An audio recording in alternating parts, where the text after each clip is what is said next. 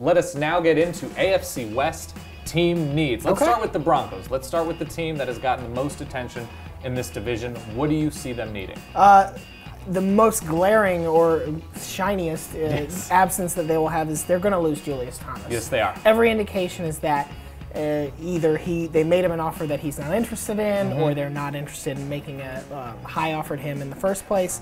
Only Gronk and Jimmy Graham have more touchdowns than Julius Thomas over the last over the last 3 seasons. Yes. So losing that kind of red zone safety blanket is really, really going to hurt them. They're also losing 2 of their top 3 safeties, possibly to free agency. They'll have some decisions to make about who's coming back, who's not.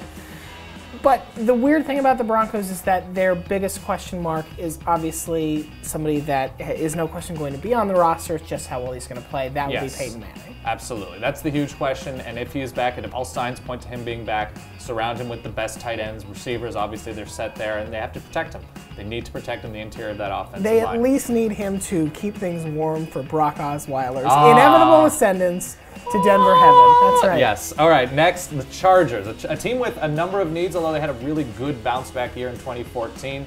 Where do you see them going, or where should they be going in this draft? Oh, man. I mean, their offensive line is a mess in terms of running the ball. Their running backs are a mess in terms of running the ball. Of who's going to even be there. They don't get good play from the guard positions. Their tackles are set up pretty well. Right. Right now, the only non-sort of scat back they have under contract is Donald Brown, if that does anything for you. So they have to figure out how they're not just going to be the Phillip Rivers show. Yes. On defense, they do have to get their pass rush going a little bit. Need it. Yeah. Dwight Freeney is, we're coming to this question yet again. Is Dwight Freeney done? Do they want to take a chance and give him another year or two? Melvin Ingram, a bit disappointing at the other side. Yeah, so I think that is a huge need for them at this point. Yeah, I think so, because right now Phillip Rivers is still playing very capably. Absolutely. But you do have to question how much longer is that run going to go, and at what point do you start saying this needs to be a much more thorough rebuilding process? I'm assuming you're not going to say receiver for the Chiefs? Yeah, I mean, they don't use them, so why would they? Fair point. If you look back at the list of people who have played wide receiver alongside Dwayne Bowe, it is you and me and a bunch of other people who have no business being a primary option on an NFL team. Fair point. Dwayne Bowe's 30 years old. He's not somebody who you say, okay, well, we'll just rely on him to be our only receiving option other than a tight end or a running back coming out of the flat or something. They have to find somebody to shore that up, and they have to fix this offensive line, which after last year's mass exodus is still a disaster. Absolutely, and you have perhaps the most versatile running back in the league in Jamal Charles. You need to invest in his health. Yeah, you would think that would be a good idea. Yeah. On the other side of the ball, they were very bad against the run last year. Right. I think that comes from getting people up the middle. They also had some injury concerns between Derek Johnson and Eric Berry. He's a question mark, certainly. Absolutely. His long-term health. Everybody behind Dontari Poe in the middle. Which, huge question. Dontari Poe is big he's enough large. That's a lot of people. He can cover for a lot of people. Yeah, that's true. Technically, we're behind Dontari Poe. Yeah. So the Chiefs and Chargers feel like they're in a very similar situation where it's sort of like, can they find the right people in between free agency and the draft and guys coming back from injury, sort of get them over the hump and make them contend for this division, or are they going to slowly backslide?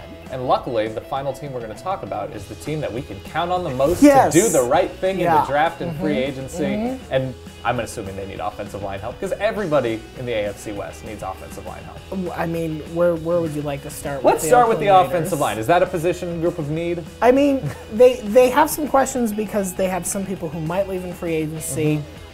It's one of those things where, in terms of pass protection, Carr was so raw and so new to the position, new to playing it at this level. You can't always say, well, he took a bunch of sacks. Some of that is that he's holding the ball too long. Being hesitant. Some of that is that Oakland just doesn't have the offensive line where he was ready to step up as a rookie quarterback and wow the pants off the league. Correct. All right, on the other side of the ball, well, actually, no, offensive skill is a position group of receivers and running backs. Yeah. But, God, I hope they don't go after it early. Will they? They probably will. Early is a tough question. Right. I think if they go after a running back in maybe like the 3rd round, that'd be ideal. Trade up to the bottom of the 2nd round, something Darren like McFadden, that could be Mojo good. Drew, very old. Very old, and not only old, but both of those guys have either a history of injury in Darren McFadden's case.